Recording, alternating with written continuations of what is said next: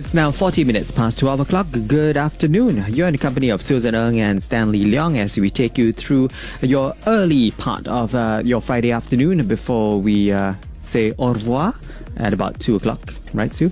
Yes, and then head off to your lunch. Yeah, late lunch at that as well. Yes. While our listeners probably have most likely finished their lunch by now. It's 40 minutes past 12. And going for tea. We can only wait for our lunch. Heavy traffic meantime, if you're heading out for lunch, do bear that in mind. Heavy traffic on the CTE towards the AYE at PIE Changi exit, so you might be slowed down getting to your lunch destination. A vehicle breakdown on the PIE towards Changi Airport after Bedok North Road, and on Amber Road, just be on the lookout for roadworks in the left lane towards Amber Gardens after Mountbatten Road. Drive carefully now.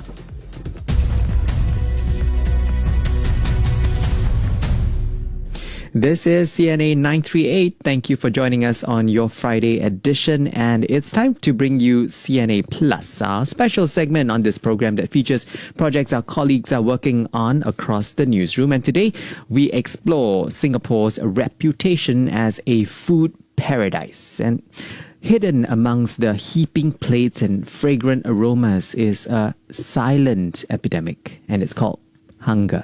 Why does hunger still exist in the wealthiest country in Asia? And on the Red Dot, we meet a new generation of change makers who think that technology may hold the answer to stopping it. We're going to get some answers on why hunger isn't always tied to poverty. And joining us to share more is, first of all, Katrina Lee, founder of Savour. Katrina, thank you for joining us. Thank you so much for inviting me on this show today. Thank you. Thank you. And Ong Shu Jen, who is co-founder of Ants Innovate. Hello, glad to be here. Hi, good to have you both join us today. Let's start talking to you, Katrina. You founded the startup Savour, and it helps Singapore to redistribute food we don't want to people in need. That certainly sounds, Stanley, like a reminder for us to savor the little blessings in life, yeah, and not to waste any food. Talk to us, Katrina, about your start on this journey. Yeah, sure. So prior to founding Savour, I was volunteering quite actively in the non-profit sector where I distributed donated food to the low-income households. And it was where I actually first noticed the food insecurity problem, where the food that was being donated were instant noodles, soy sauce bottles, and canned food, which was not really what the beneficiaries needed and wanted. They wanted more nutritious kind of food. And when I was working in the F&B industry, I noticed a lot of perfectly edible cooked food and ingredients being thrown away. So I thought, why not come up with a tech solution that's able to better match this supply and demand from the merchants to charities to then help the beneficiaries. All right. So wow. I decided to start Savour. So I'm wondering how it would be different if you hadn't done that volunteer work. If you hadn't worked in F&B, you wouldn't have seen all these issues on the ground and then decide hey, there's something that needs to be done, and you are in that position to do that. Yes, so being on the ground exposed me to the realities and the current pressing problems that's facing Singapore society today, which really inspired me to want to be able to come up with a solution to help the beneficiaries and also reduce food waste. So Katrina, what kind of profiles of the people that you have met that are the ones who need the most help? So for Savour itself, we are a one-stop B2B e-procurement. The statistics, Katrina, about the food insecurity in Singapore, they're quite surprising, right? 4.1% of Singaporeans have faced moderate to severe food insecurity. And this is just in 2 years, between 2016 and 2018. How do you at Savour ensure that the food you distribute gets to the people who need the food the most, as you say, and who cannot afford to feed themselves properly? Yeah, sure. So how we ensure that the food we distribute gets to those in need is by building up our one-stop B2B e-procurement sponsorship platform, where we offer soon-to-expire, blemish and surplus, but still perfectly edible food and clearance discounts and in-kind sponsorships. So we will deliver to the charities who will then be able to distribute to their beneficiaries. So we do find clearance items, and they are still perfectly able to distribute to them. So I would assume that those who bear the cost of the food would be the food manufacturers themselves, the wholesalers, suppliers. Yeah. Is that right, Katrina? Yeah, correct. So the merchants themselves, usually they will throw away this food, which incurs like losses for them. So they are able to do good and also like perhaps recoup some base costs like by clearing these items to those in need. Is definitely a win-win option for like both parties. So are they donating the foods to the beneficiaries, or do beneficiaries have to purchase this food?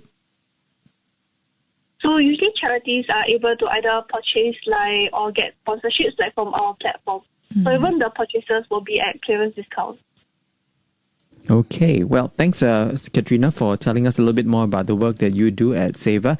We also have Shu Qian with us, and time to reintroduce Shu Qian. For those of our listeners who have just joined in, we are exploring On the Red Dot, the upcoming episode, and what they'll be featuring, which would be a new generation of change makers who are trying to use technology to help alleviate the hunger problem in Singapore. Yes, it does exist. Ong Shu Qian's with us, co-founder of Ants Innovate. Now, Shu Qian, you're tackling the problem of food security from all the way up the food chain and right at the source. And that's a huge challenge for Landscare Singapore. But you've found a way that's almost like science fiction. You're growing what's being called cell-based meat. But it's still meat, right? Yes, of course. Essentially, Ants Innovate is a biotechnology and food innovation company. And what we are doing is we are creating edible cuts of meat from animal cells without the need for the animals to be farmed or harmed. So especially in Singapore, where land is very scarce and only 10% of our food is grown locally, we provide an avenue where it drives me to continue growing my startup even despite facing many challenges along the way. It's really the passion I have for solving the current problems of food and food insecurity. So hearing positive feedback from my customers and merchants about how my solution is able to help to solve their problems really motivates me to keep innovating, to want to continue on. And this alone is not done by me, but also by my co-founder and team, who are all really amazing and also passionate about the problem that we're trying to solve. So I got to meet my co-founder and founding team in hackathons in university. So we all came together despite not knowing each other prior to this to work together on it.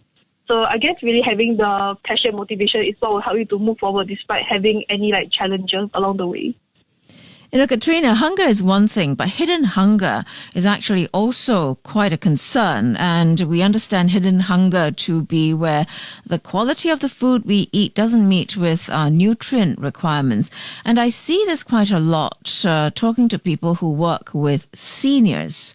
They tend to eat whatever they can see. At the beginning, you talked about food being donated sometimes to elderly persons, and this could be instant noodles and things like that. They don't really, first of all, need so much carbo and, all the other stuff that goes into it. Talk to us about hidden hunger. Is this something that Savour is also tackling? Yes, so even for the food that we're trying to reallocate that's expiring, blemish and surplus, we do try to work with merchants that are able to offer more nutritious kind of food, say fresh produce, poultry and dairy. As for a lot of the elderlies out there, they usually just take whatever food they can get. But we can definitely do so much more to give them a better diet, because it will have a significant impact in the long run. And there's a lot of nutritious food out there that's being wasted. So we thought why not reallocate all this to those people.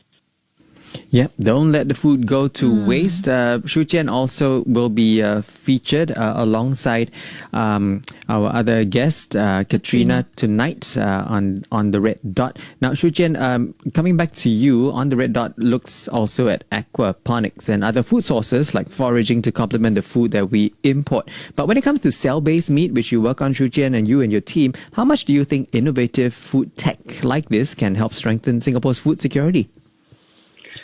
I think that in the immediate future, cell-based meat will not allow Singapore to be 100% self-sufficient, but it will definitely push us closer to the 30% locally grown food by 2030 that Singapore has been advocating for.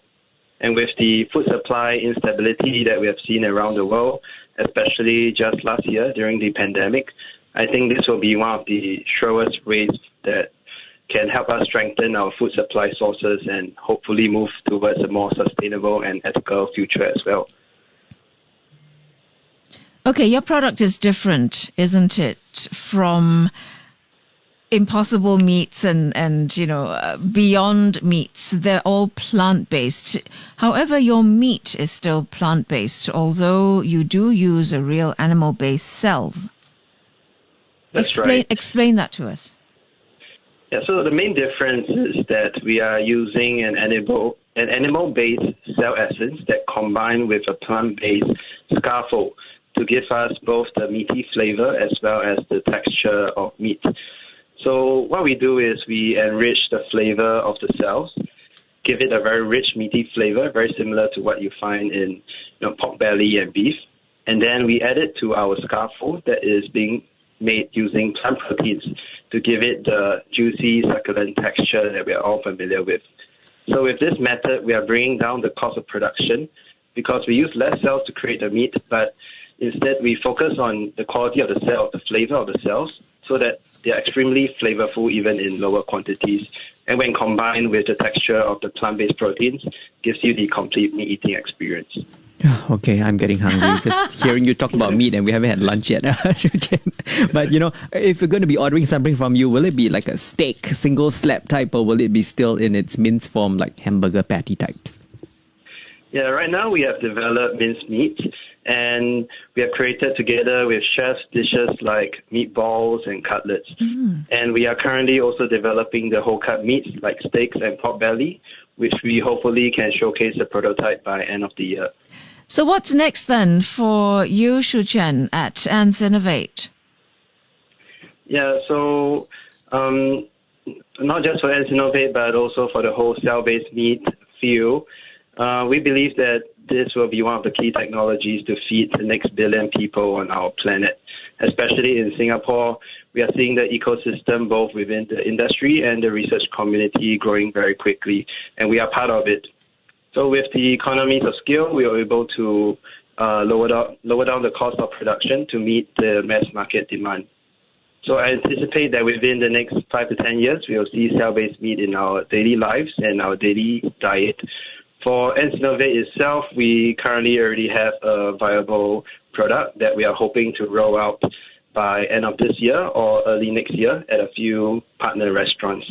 So do keep a lookout for that. All right, and wishing you much success as you try to hit those targets and expectations in 5 to 10 years. Katrina, what about yourself over at Savour? What's next for you guys? So we're currently in the process of increasing our merchant and customer acquisition rate. So we have over 80 merchants and over 200 plus customers that sign on our platform. So we aim to be able to make a larger food waste and food security impact by onboarding more users for our platform, and also to offer a wider variety of listings of expiring, blemished and surplus food that's able to meet our charities and beneficiaries' needs. So we have developed a MVP platform already, but we're always constantly looking to improve our platform technology more to better meet our users' needs. All right. And with young minds like yours, Katrina, as well as Shu-Chen, we'd like both your thoughts on what you like to impart to the next generation of innovators. What would that line or encouragement be from you, Katrina, before we hear from Shu-Chen? Sure. So usually the advice that I'll give to the next generation of entrepreneurs and innovators will be to just do it. So if you have an idea or a solution that you want to solve, it's always good to just give it a shot, because you never know what will come out of it. So Savour started off as an idea that I just wanted to try out, and eventually it grew on to become a full-on business. So you wouldn't know everything for sure, but always just give things a shot and just figure things out along the way. Yeah. All right. Thanks, Katrina. Shu-Chen, very quickly. Yeah, I also fully agree with Katrina. I would say don't be afraid to try new things, and it's almost expected that we will fail along the way. But failure is really the greatest teacher. So I really encourage all young people to just give it a shot.